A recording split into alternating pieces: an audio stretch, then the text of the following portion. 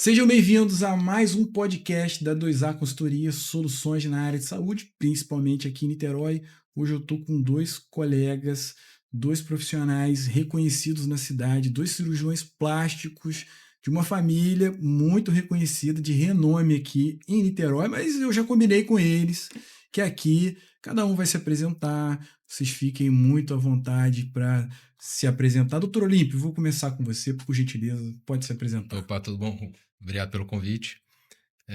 Me chamo Olímpio Augusto Peçanha. A gente está na área já há bastante tempo já, trabalhando com meu pai. Na verdade, frequento o hospital desde 15 anos, ou acompanhando, vendo as Bastante tempo, hein? cirurgias. Bastante tempo. Bastante tempo. Já estou com 48, né? Então, a gente formou, nós nos formamos, né? E seguimos a carreira do meu pai. Com ele, a gente está já uns 20 anos, mais ou menos, já trabalhando junto, depois de formado. E a gente faz essa parte de cirurgia plástica estética, né, reparadora. A gente tem a clínica ali no office e a gente já estamos nessa clínica há 8 anos e executamos pequenas cirurgias lá, tem cirurgias ambulatoriais e cirurgia de grande porte, obviamente, a gente opera no hospital, no meio hospitalar sempre, com segurança, né? Muito bom, calma, a gente vai evoluir ainda aqui, fica tranquilo. Doutor José Augusto, seja muito bem-vindo. Se apresenta pra gente, fala um pouquinho aí da sua trajetória, fica à vontade. Boa tarde também, obrigado aí pelo convite. Espero que a gente possa conversar e esclarecer algumas coisas sobre cirurgia plástica. Então, a ideia, acho que minha e do meu irmão, a gente iniciou na cirurgia plástica, muito inspirado pelo pai. Nosso pai é professor da UF, é uma pessoa extremamente vibrante com a medicina em si e sempre estimulou, né, que os dois estudassem, enfim. Quase que uma obrigação no final de ser médico, né? Mas diz ele que não forçou, mas a gente, né, a gente tinha esse incentivo em casa. E então a gente começou assim a ideia de fazer a medicina. Meu pai sempre conversou muito com a gente que a gente, antes de ser cirurgião plástico, tem que ser médico, então focamos muito na formação, na graduação, depois na parte da cirurgia geral, que a gente tem que fazer como pré-requisito antes da plástica, dar muita atenção à cirurgia geral, muita atenção ao cuidado com o paciente, você aprende muito na cirurgia geral. E depois, naturalmente, veio a ideia de fazer cirurgia plástica e, vamos dizer assim, seguir os passos dele, acrescentar coisas novas e ter a oportunidade de trabalhar com o pai e com o irmão na mesma clínica já há muito tempo. É muito gratificante, tem os desafios, né, de trabalhar com a família, qualquer empresa familiar tem alguns desafios, mas, assim, no somatório geral é muito gratificante, é muito bom trabalhar com a família. Muito bom. Você já me antecipou aqui numa pergunta, mas eu vou deixar ela aberta para vocês aqui. De repente, o doutor Olímpio traz aqui a visão dele para a gente. Assim, a Plástica Peçanha, ou a CPC, tem uma história muito especial aqui na cidade, né? Afinal de contas, é um pai com dois filhos, todos cirurgiões plásticos, trabalhando junto. Aí eu queria saber, na visão de vocês, assim, como que surgiu a clínica e o que hoje ela representa para vocês? A clínica iniciou com meu pai, né? E fomos agregando, inicialmente eu, meu irmão 2 anos depois. Eu acho que o principal é sempre a visão do paciente, né? Tanto essa parte de reparador estética, principalmente na estética. O meu pai, esse cuidado com o paciente, meu pai sempre ensinou que a gente não deve indicar procedimento, né? Então, a gente sempre tem que ouvir o paciente primeiro. Meu pai até brinca, né? Conta uma passagem da história dele quando ele se formou, que um dos primeiros pacientes dele era uma menina, né? Que quando entrou no consultório ele reparou muito no nariz da menina. E ela se sentou e depois veio o pai e a mãe. E, se eu não me engano, eles tinham origem árabe, então tinham um nariz típico, né? E ele achou que ela queria operar o nariz, mas não, ela queria fazer a mama, porque para ela era normal, né? Então, ele sempre ensina isso. Não oferece, deixa o paciente falar a queixa dele, né? Porque às vezes a gente surpreende, né? É verdade. Doutor José Augusto, você quer complementar alguma coisa? Como é que a clínica hoje representa para vocês, assim, como Então, família? dentro da medicina, né, existem outros colegas também que seguem a mesma área do pai. Acho que é natural, né? A união. Eu tive uma formação diferente do meu pai, meu irmão teve uma formação também diferente da dele, mas claro que seguindo uma base dele. Cada um acrescenta uma coisa nova à clínica, uma forma nova de enxergar o atendimento ao paciente, novos procedimentos, enfim, eu acho que um vai complementando o outro. E, assim, hoje em dia é necessário esse olhar diferenciado da medicina, outros profissionais até que a gente tem que trabalhar junto com a gente lá para fornecer algum outro tipo de procedimento, outra coisa que o paciente precise. Então, no final, fica um sinergismo legal, acho que todo mundo se entende bem. E nós estamos já há bastante tempo aí, a clínica funcionando muito bem, graças a Deus. Muito bom.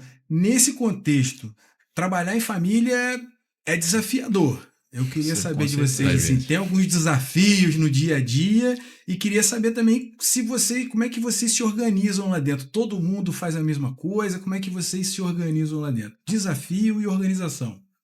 Como é que é? Então, desafios sempre tem, né? Sempre tem, ainda mais que a cirurgia tem uma parte de hierarquia, uma coisa quase militar, de quem está, vamos dizer assim, sendo cabeça daquela cirurgia, e às vezes você tem uma opinião diferente, argumenta, discute, mas no final, assim, existe uma harmonia e as coisas ocorrem bem, mas claro que eu acho até que é bom para o paciente a gente pensar em outras coisas juntos, outras estratégias, outras táticas cirúrgicas, né? Isso é interessante, que no final acaba que é mais pessoas pensando em como a gente pode melhorar aquela queixa do paciente, né? Então, assim, isso sempre tem umas rusgas, umas coisas assim, mas no final é tudo pai, irmão, resolve entre a gente e corre bem. Isso você falou. E a parte de organização, como é que vocês... Todo mundo faz a mesma coisa dentro da clínica? Então, assim, dentro cada um, a gente fez a área de cirurgia plástica, como o Olímpio já falou há pouco tempo atrás. Tem cirurgia plástica reparadora, mas cada um tem o seu gosto mais por um tipo de cirurgia, entendeu?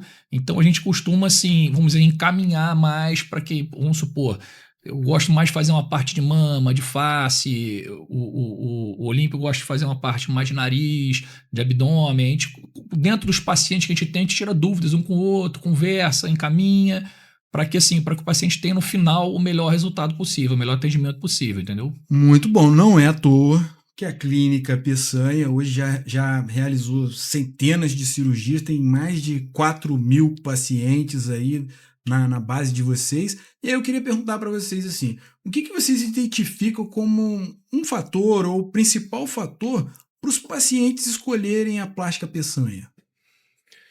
Acho que já é o nome conhecido em Niterói do meu pai, né? Então já tem essa tradição. Meu pai é professor da UF, né?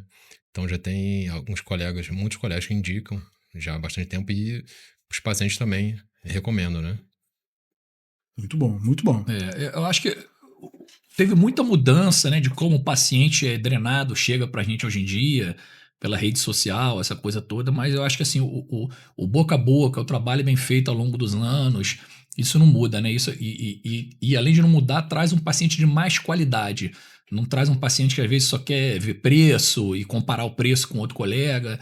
Traz um paciente que já, uma amiga, um parente operou, né? E indicou porque a cirurgia teve bom resultado, porque foi bem tratada, teve uma experiência legal daquele procedimento e passa isso adiante. Ainda continua sendo a forma melhor de chegada desses pacientes no consultório, né? Porque hoje em dia não é só a cirurgia, né? Você acaba vendendo a experiência, né? Desde a primeira consulta, atendimento, da cirurgia, o pré e pós-operatório, né? Enfim, acho isso muito importante. Muito bom. E aí agora eu quero saber de vocês, nessa linha, quais são as cirurgias estéticas mais procuradas lá na Clínica Peçanha hoje? E queria saber, assim, houve alguma mudança de perfil dos pacientes dos últimos anos para hoje, assim, na visão de vocês?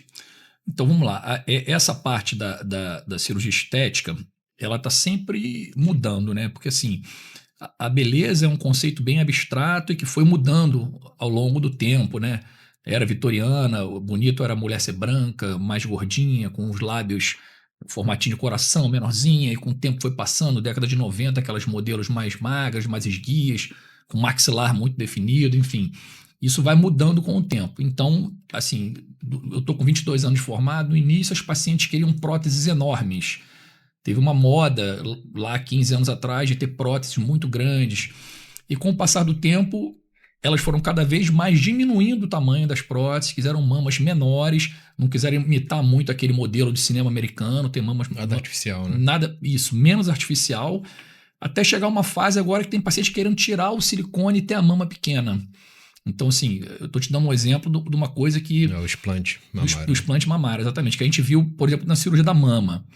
A cirurgia do rosto, a mesma coisa, né? Assim, era uma cirurgia muito cara, pouco acessível e que as mulheres faziam, ou homens, né? Enfim, os pacientes faziam muito tardiamente. Então, a cirurgia era muito agressiva porque a pessoa fez muito tarde, perdeu um time legal de fazer a cirurgia. Uma cirurgia maior porque tinha mais acidente cutâneo para tirar. Uma cirurgia maior, mais agressiva, e que às vezes até tinha um estereótipo que a paciente fez a plástica.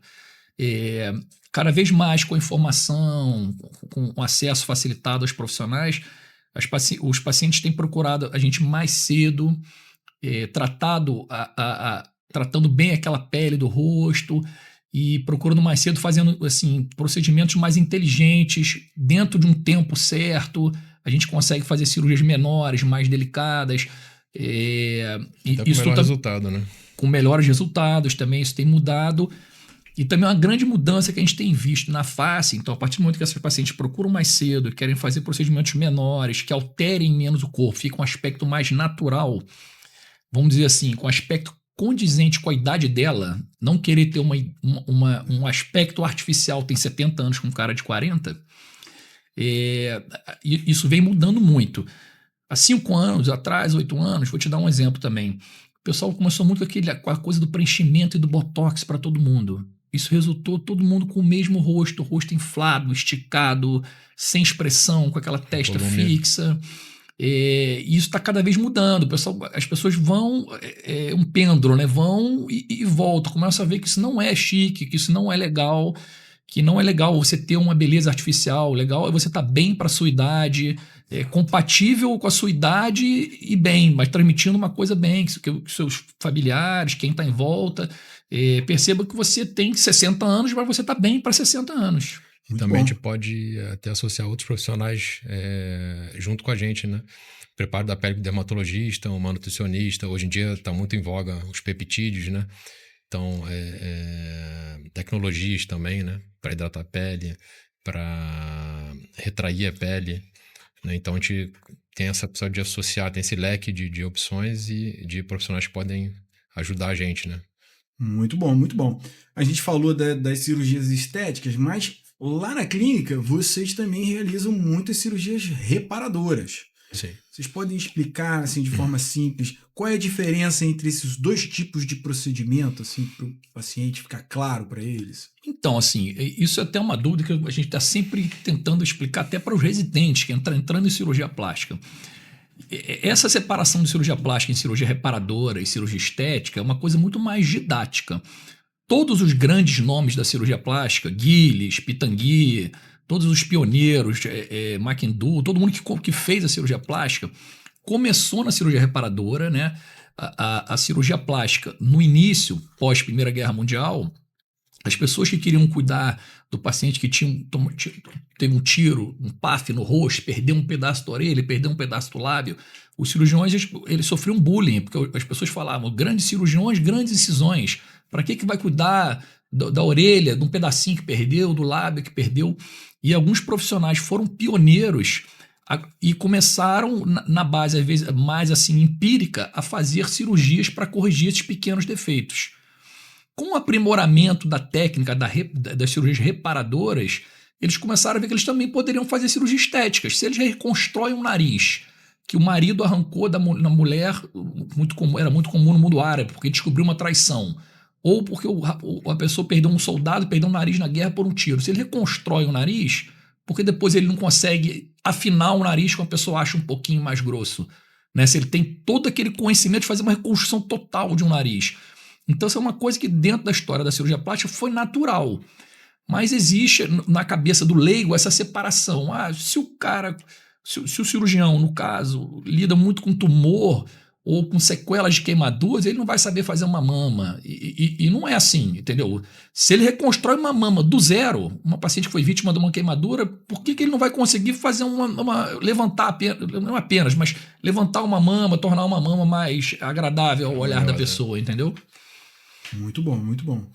Eu quero saber, vocês utilizam tecnologias de ponta lá na clínica de vocês? O que vocês estão trabalhando mais frequentemente? Se vocês quiserem dar algum exemplo aqui para os leigos que estão ouvindo isso daqui. Por exemplo, para lipo, a gente tem algumas opções da hidrolipo, lipo-LED e associar ao laser, né? Ultrassom microfocado, tem uma série de vibrolipo, né? Enfim, tem uma série de tecnologias que a gente pode estar associando ou mesmo a lipo convencional, né? Sim, sim. Uma coisa que está bastante em voga, bastante evidência no momento, é a utilização da gordura do paciente para que a gente tenha um rejuvenescimento da face. Então, como eu tinha dito antes, passou um pouco aquele período de encher de preenchedor e de botox e ficar com aquele rosto esticado. Então, a gente consegue fazer no consultório, se for em pequenas quantidades, ou faz durante o facelift no centro cirúrgico, a aspiração dessa gordura, o preparo preparo dessa gordura, e consegue introduzir essa gordura no rosto através de microagulhas ou em cânulas nos sulcos nasogenianos, que enfim, a gente consegue volumizar muito pouco a face. A ideia não é volumizar, não é ficar com aquela face cheia, mas consegue, como aquela gordura tem células troncos, consegue uma melhora da pele, uma firmeza da pele, e consegue um lifting, ou a paciente está operando as pálpebras só, mas com o advento desses micrografts, da gordura, uma face mais harmônica, com a qualidade melhor de pele. E é usado até para tratamento da própria cicatriz em si, né? Exatamente, também pode ser usado em cicatriz de acne. A gente consegue fazer tanto no cirúrgico quanto no consultório, né? Muito bom. Quero trazer aqui o pensamento do seguinte: alguns pacientes se preocupam com o resultado da cirurgia, mas esquecem os exames pré-operatórios que são indispensáveis assim para qualquer cirurgia. Por que essa etapa de exame pré-operatório para vocês é tão importante quando a gente pensa em segurança do paciente? Na verdade, quando o paciente senta para conversar comigo, né, a primeira coisa que eu falo, você tem que ver se você pode fazer a cirurgia. Você quer fazer, mas a gente tem que avaliar se você tem condições de fazer a cirurgia, né? Então, o risco cirúrgico é sempre primordial e você não pode deixar de não fazer, porque os pacientes, ontem mesmo, uma paciente falando comigo, tem risco. Qualquer cirurgia tem risco, né? Então, a gente tem que minimizar isso, né? Então, a gente pede tudo, raio-x, todos os exames, sangue, urina, Doppler de membro inferior, ultrassom de abdômen e o que for mais necessário, né? Porque a cirurgia plástica não é uma cirurgia de urgência, de emergência, não é apendicite, não é enfim, um tiro, facada, um PAF, PAB, enfim. A paciente tem que entrar bem e sair melhor ainda. A ideia é essa. Então, a gente tem que se resguardar e o paciente também, né? Não é igual no salão de beleza, né? Exatamente, perfeito. Algumas pacientes e até assim, às vezes alguns colegas médicos querem tratar a cirurgia plástica como embelezamento. Tudo bem, é um embelezamento, mas é um indivíduo que vai ser submetido a um trauma cirúrgico.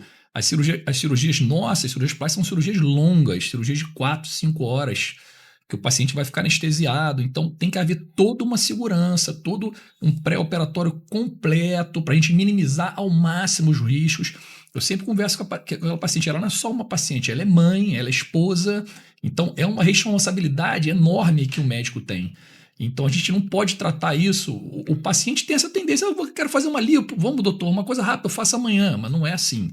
A gente tem que botar, né, a bola no meio de campo e explicar, olha, é um procedimento, é uma agressão, enfim, eu vou ter que ter todo um cuidado pré-operatório com você, cuidado intraoperatório, pós-operatório a gente vai ter que acompanhar, é uma jornada longa, não fica achando que é igual você, como o Olímpio referiu, que você é um salão de beleza fazer o cabelo e ir embora. Que é uma coisa um pouco mais complexa. Às vezes o paciente não tem capacidade de entender isso porque é leigo, e às vezes o médico também atropela isso para, enfim, não sei, talvez operar mais rápido, mas não é o certo, não são boas práticas médicas fazer isso, entendeu? E nem sempre é indicado cirurgia também, né? Uma outra coisa, meu pai sempre falou que isso marcou muito, cirurgião com fome é um perigo, né? Perfeito, Então, a frase é perfeita. você tem que tomar muito cuidado, né? E não só o cuidado no pré-operatório, mas o peri-operatório. No hospital, por exemplo, evitar hipotermia, né? Com uso de mantas, o compressor pneumático para prevenir trombose, né? Deambular precocemente no pós-operatório. Alguns pacientes, na verdade, praticamente hoje em dia todos, a gente libera o anticoagulante para casa, uso de meias elásticas, enfim, tem uma série de cuidados para que corra tudo bem, né? Tudo bem. Essa frase dele é perfeita, o cirurgião com fome é um perigo, porque assim, a gente observa determinadas coisas na mama do paciente, no rosto, como o Olímpio falou antes, do nariz, na pálpebra. Às vezes você tem vontade de indicar a cirurgia, você sabe que aquilo vai ficar muito bom e como você faz muito aquilo, você é animado para fazer aquilo. Mas você tenta se conter e deixar ele falar. E se, doutor, realmente a bolsinha que eu tenho aqui inferior que está me incomodando, aí ele deu aquele gatilho, aí você entra mostrando que você faz aquela cirurgia, os resultados são legais, que vai ficar bacana tal. Aí você mostra a sua empolgação. Mas às vezes tem paciente que chega pra gente e quer forçar uma cirurgia. Às vezes eu sou obrigado a falar assim, olha, eu ganho dinheiro operando, eu tô dizendo pra você que você não tem indicação cirúrgica. Entendeu? Não vai ficar bom. O resultado final disso não vai ficar bom. Por quê? Às vezes a qualidade da sua pele não tá legal, às vezes você tem que perder peso. Não adianta você querer operar uma abdominoplastia ou uma lipoaspiração 30 quilos acima do peso. E é sempre complexo, porque assim, o paciente do cirurgia plástica ele não quer ouvir isso. Ele não vai em você para ouvir que ele tem que ter qualidade de sono melhor, que ele tem que fazer exercício, né? Enfim, e perder peso. Isso, vamos dizer que meio que ele já sabe. Ele vai lá e fala, doutor, resolve. E não é assim, né? Tem que estar dentro dos... A cirurgia acho que é um casamento, né? Então, a gente tem que fazer a nossa parte e o paciente fazer a parte dele também, né? Tem um caso nosso, quer dizer, não nosso, eu estou tratando de uma paciente que está internada, teve uma complicação enquanto colega e, assim, eu vejo que teve N motivos para chegar nessa complicação. A paciente é tabagista pesada, com certeza esse colega pediu para ela parar de fumar, provavelmente alguns meses antes, e ela não parou de fumar. Então, isso é uma complicação, né? Então, o paciente tem que seguir todas as recomendações, né? Desde de cessar o tabagismo, a dieta, a nutrição, fazer no pós uma drenagem linfática com o profissional recomendado, o uso da cinta, enfim, isso tudo tem que ficar bem amarrado com o paciente, porque se ele não seguir o pós-operatório, as recomendações, a gente vai ter problema, né? Então, a gente tem que ver, então, isso entra também naquele caso, se ele tem condição de operar, porque às vezes para ficar bonita, que o pessoal fala, tem que sofrer um pouco, né? Mas, enfim, é passageiro e vai ficar tudo bem depois se ela seguir essas recomendações, né? Muito bom. Agora tá começando a ficar bom o negócio aqui. Eu quero saber de vocês. Seguinte, vamos entrar aqui numa parte mais prática aqui para os pacientes. Qual que é o maior medo dos pacientes, assim, antes da cirurgia plástica, na visão de vocês? O paciente tem medo de quê? Então, os maiores medos do paciente porque, assim, na verdade, o ser humano busca ficar parecido com seus similares. A ideia é essa. Ele olha em volta, quem ele vê um padrão e ele quer ficar mais ou menos parecido. Então, todo paciente tem medo daquilo ficar uma coisa demais, né? Vai fazer uma prótese de mama e ficar uma coisa muito grande, que chame muito atenção, né? Isso é a grande maioria. Você tem uma ou outra que realmente quer chamar atenção, mas a grande maioria, ela quer se sentir bem com o corpo, quer ficar natural, parecido com seus semelhantes. Então, muitos falam, olha, eu vi em você, porque eu já vi outras pessoas que você operou, e você faz um facelift que fica uma coisa harmônica, as pessoas não percebem que a pessoa está operada. A prótese de mama é a mesma coisa, uma coisa mais delicada, enfim. Então, muitos que me procuram, o medo é de colega que às vezes exagera um pouco. Então, ele quer rejuvenescer demais. Aí vai puxar a pele demais e não vai ficar legal, né? Ele tem que respeitar o tempo da pessoa, enfim, isso tudo é um medo dos pacientes. E o outro grande medo é a anestesia, né? Até hoje, apesar da anestesia em cirurgia plástica ser uma coisa muito segura, porque é um paciente rígido, né? Um paciente sem doença nenhuma, que faz um pré-operatório com toda a calma, faz todos os exames. E o risco de complicação em cirurgia plástica ser pequeno, quando acontece qualquer coisa em cirurgia plástica, isso vira manchete, né? Porque o paciente jovem, com filho, essa coisa toda, né? E então vira manchete na mídia, então isso assusta um pouco também, né? Nessa parte de anestesia e de cirurgião, a gente sempre recomenda procurar um cirurgião da Sociedade de Cirurgia Plástica, operar em bons hospitais, né? Hospital que tem emergência 24 horas, que tem uma boa estrutura, que tem exames de imagem. Assim, isso em 99% dos casos não será necessário, mas caso haja alguma complicação, esse paciente está resguardado, que ele está num ambiente de excelência para fazer aquele procedimento, né? Muito bom. Eu queria saber de vocês aqui, a gente estava falando dos resultados, mas eu queria entender, na visão de vocês, como que vocês explicam para o paciente o que são os resultados realistas? Como o doutor José Augusto estava falando, vamos olhar a idade, vamos olhar os semelhantes, vamos olhar os seus objetivos para não ultrapassar os limites. Como é que vocês explicam isso para o paciente para que fique claro para ele? Vai você, Rui.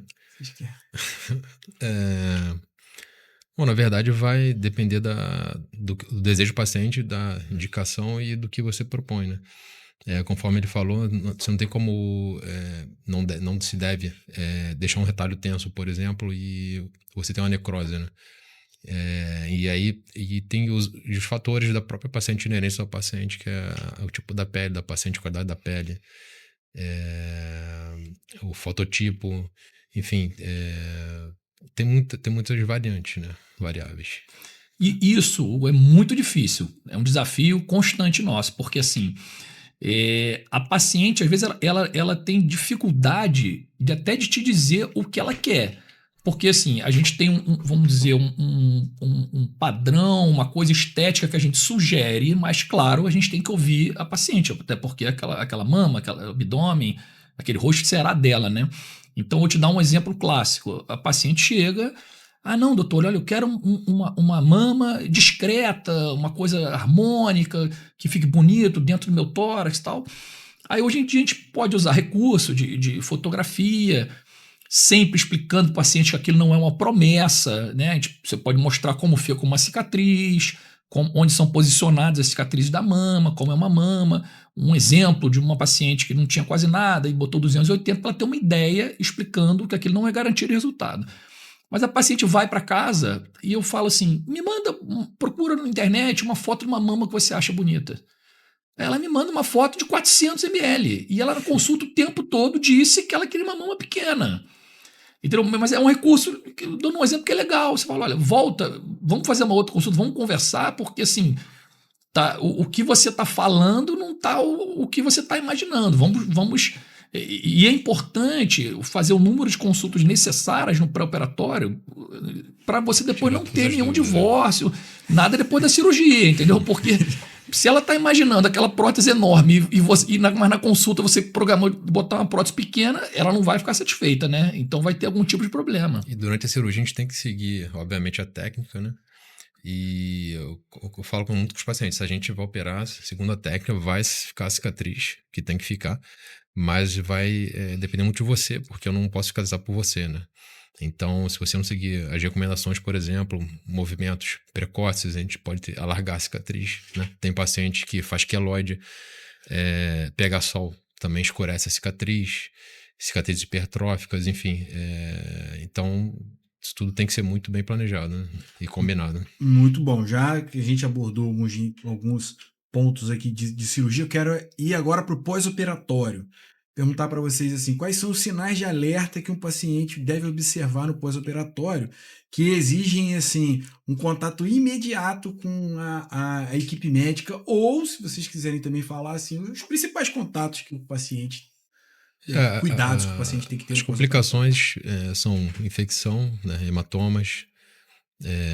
Então, se o paciente apresentou febre, dor local, hiperemia, né, aumento de volume, isso é sinal de alguma complicação, né?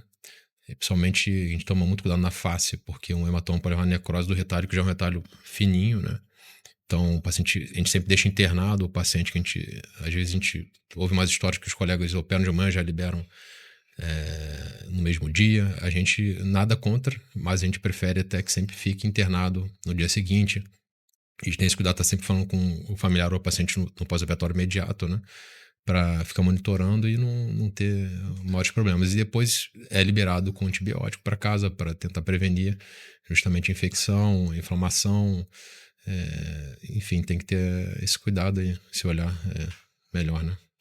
Então, assim, complementando o que o Olimpio falou, no pós-operatório, cada procedimento que vai ser realizado vai ter um pós-operatório diferente. Mas achei o mais importante a ressaltar é que você tem que estar junto daquele paciente. O ato cirúrgico começa no pré-operatório, tem a cirurgia propriamente dita e o pós-operatório. O médico tem que dar o telefone, tem que estar em cima, tem que ver esse paciente regularmente, porque só existe uma máxima em cirurgia como um todo, o seguinte, só tem complicação quem opera. Então, quem opera muito vai ter um pouco mais de complicação, porque tem um volume grande de cirurgia. Então, você tem que estar junto desse doente, tem que detectar precocemente qualquer tipo de complicação que ele tenha, e caso haja complicação, tem que ficar do lado dele para resolver aquilo. Infelizmente, assim, a gente tem visto algumas falhas na medicina como um todo nisso. Às vezes, por imaturidade, o médico se assusta porque houve uma complicação e o médico não é treinado para que haja um erro, né? Ele é treinado sempre para ajudar, sempre para melhorar o aspecto da pessoa, mas pode haver complicação e ele tem que estar preparado para isso. Então, o mais importante no pós-operatório é estar junto, é estar disponível a esse paciente.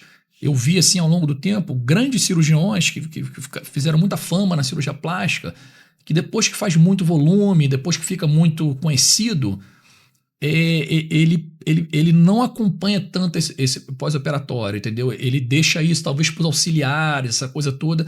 E eu cresci olhando isso, achando que isso não era certo, porque eu via pacientes reclamando. Olha, eu vi o doutor antes, mas agora só quem me vê é o auxiliar, ele não está mais me acompanhando. Então, eu acho assim, o mais importante no pós-operatório é o médico estar presente para o que estiver acontecendo ali. Muito bom, muito bom. Agora eu quero perguntar para vocês assim, existem algumas cirurgias que parecem estética, mas que na verdade têm indicação e podem ser cobertas pelo plano de saúde, como a blefaro, como a rino. Como que o paciente pode saber se ele tem direito a isso? O que vocês acabam fazendo mais lá na clínica? Não, na verdade, a gente tem que ver o que está coberto na ANS, né? Então, o que a gente faz muito no consultório é cirurgia pós-bariátrica, principalmente mama e abdômen, e reconstrução de mama pós-mastectomia, pós-câncer, né? Normalmente, pálpebra não é coberto. Alguns casos específicos, alteração de campo de visão, então tem que ir para o oftalmo, fazer exame de campo de visão, enfim. Rino, normalmente o que é coberto pelo convênio é a parte funcional, né? Desvio de septo, enfim, hipertrofia de cornetos, não a parte estética em si, né? Mas, assim, cada paciente é uma avaliação e eu vejo que a gente consegue, às vezes, pedir por exemplo, algum código pelo convênio que vai gerar uma internação para resolver um problema que o convênio cobre, né? Como o desvio de septo, como a gente falou agora, enfim. E a gente fazer a parte estética, né? Não, perfeito, é isso. Cada caso é um caso e tem que ser avaliado, né? Tem que ir na consulta e a gente vai detectar se aquilo ali realmente é uma coisa estética. Estética é uma coisa abstrata. Você acha bonito, ele acha mais ou menos, eu acho feio, o plano não vai liberar.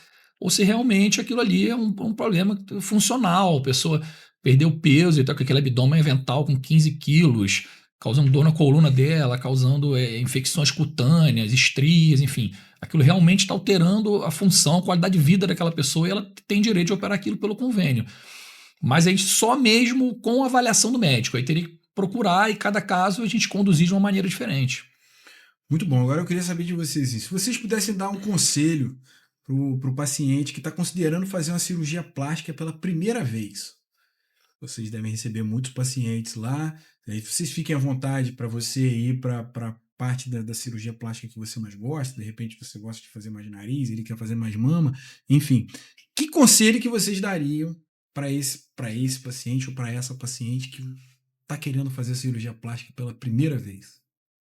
O que vocês falariam para ele de repente? Não, procure um profissional indicado, né, com recomendação, né, faça todo o pré-operatório conforme a gente falou, né, seguir as instruções, operar num hospital conhecido, né, que tenha retaguarda depois no pós-operatório,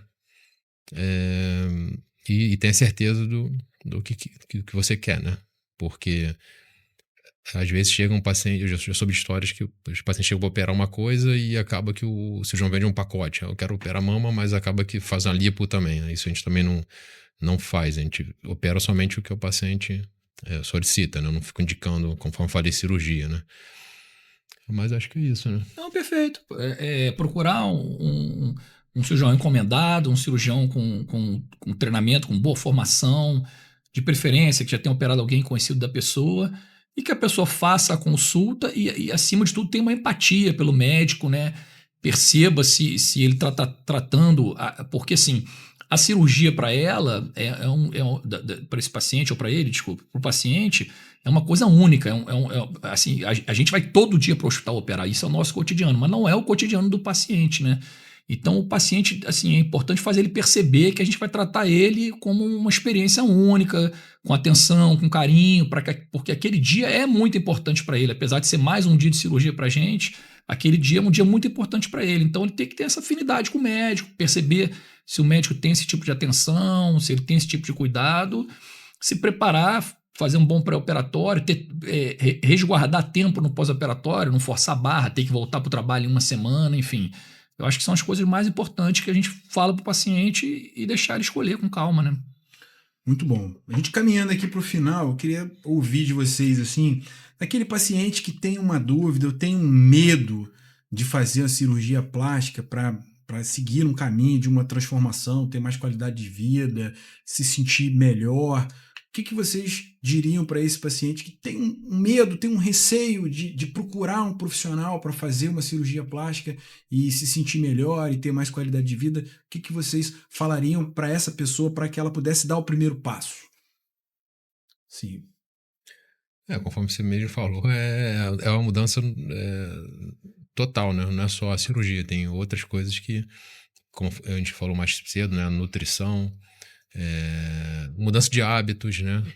Enfim, hábitos mais saudáveis. Hoje em dia a gente vê muito isso. As pessoas estão mais voltadas para esse lado, né? De corrida, de cessar tabagismo, etilismo. Acho que a população está indo mais para esse caminho, né? E com esse advento também das canetinhas emagrecedoras, já tem um pontapé para a pessoa tentar se cuidar mais, e isso vai acabar talvez gerando a cirurgia por perda de peso excessivo, né? Enfim, acho que é isso. Não, concordo. A cirurgia plástica ficou, através aí de televisão, de mídia, uma coisa meio no imaginário das pessoas, né? Então, assim, é muito comum, todo lugar que eu chego, amigo, vou lá operar, não sei o quê, mas eu morro de medo. Tal. Eu sempre digo, olha, quando a sua queixa realmente for grande, aquilo estiver te incomodando, vai superar seu medo, porque você vai começar a perguntar em volta, ver que é um procedimento que pode ser feito, que não tem tanto trabalho. Então deixa, às vezes a pessoa te conhece e fala a primeira vez, vamos ver, num ambiente social, nem no consultório. Mas você pensa, respira uns anos aí, realmente está te incomodando a pálpebra, realmente está te incomodando a mama. E isso é melhor porque quando ela vem operar, ela já está psicologicamente preparada para todo um procedimento que não é, como a gente falou anteriormente, não é o cabeleireiro. Ela vai ter um pós-operatório, vai ficar inchada, vai demorar um tempo a se recuperar, ou seja, então se ela não quiser muito, se ela também não tiver com aquilo bem na cabeça dela, a chance de problemas é maior, entendeu? Muito bom. Já estou caminhando aqui para o final, já quero deixar o convite aqui para depois a gente falar de temas específicos de cirurgias plásticas que cada um de vocês prefere fazer, tem uma afinidade, porque aí a gente pode aprofundar um pouco mais dentro desse tema. Mas como a gente já tinha combinado aqui, é o momento de vocês fazerem os agradecimentos que vocês quiserem fazer. Pensa que, de repente, vai ter a pessoa que vocês vão agradecer, vão assistir, né? Então fiquem à vontade para fazer os agradecimentos. Eu queria agradecer a você pelo convite. Meu pai também, que sempre incentivou a gente, né? Se espelhou nele, se mirou nele para fazer o que a gente faz, né? Veio dele, a gente vê desde de pequeno, né? Ele também não só seguir nesse caminho só de estética, né? Ele faz muita parte de reparadora e que ajudou, acho que, tenho certeza que muita muitos pacientes ao longo dos anos, né? Reconstruindo, assim, literalmente, por exemplo, nesse tema de queimaduras, né? Salvou muita gente e reconstruindo vidas, enfim. Então, eu queria agradecer a ele, né? E, assim, minha família, meu irmão, a gente trabalha junto, né? Acho que é isso. É perfeito. Agradecer, assim, a família, né? A possibilidade que a gente teve, né? De estudar, de querer fazer uma boa prática médica, de querer fazer bem feito, né? Agradecer a oportunidade que nossos pais nos deram. Minha mãe é professora, meu pai é médico, e sempre estimularam a gente a estudar, a crescer na vida, assim. Agradecer uma série de professores que a gente teve ao longo do caminho, não posso esquecer, mas são tantos nomes que às vezes citar alguém fica ruim, mas tive vários bons exemplos. Agradecer assim, aos grandes nomes da cirurgia plástica que a gente acompanhou desde novo, ao próprio professor Pitangui, o exemplo dele, né? É isso, enfim, basicamente é isso.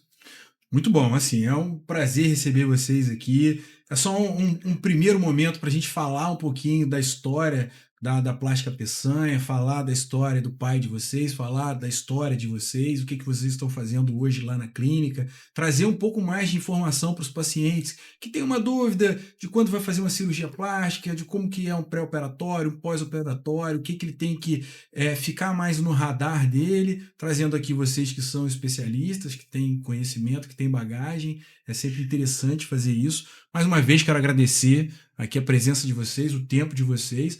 Vai ser só o primeiro, e vocês podem se na próxima vez ver se a gente conta com a presença dele, né? Porque ele tá de férias, tá viajando. O próximo agora vai ser lá na clínica. Vamos lá. Vocês vão ficar mais em casa, a gente traz seu pai. Foi tranquilo.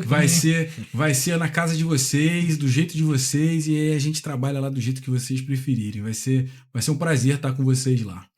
Mais uma vez, obrigado, doutor Olímpio. Mais obrigado, doutor José Augusto, pela presença de vocês aqui no nosso podcast. Vou encerrar então aqui o podcast da 2A Consultoria, Soluções na Área de Saúde. Até a próxima.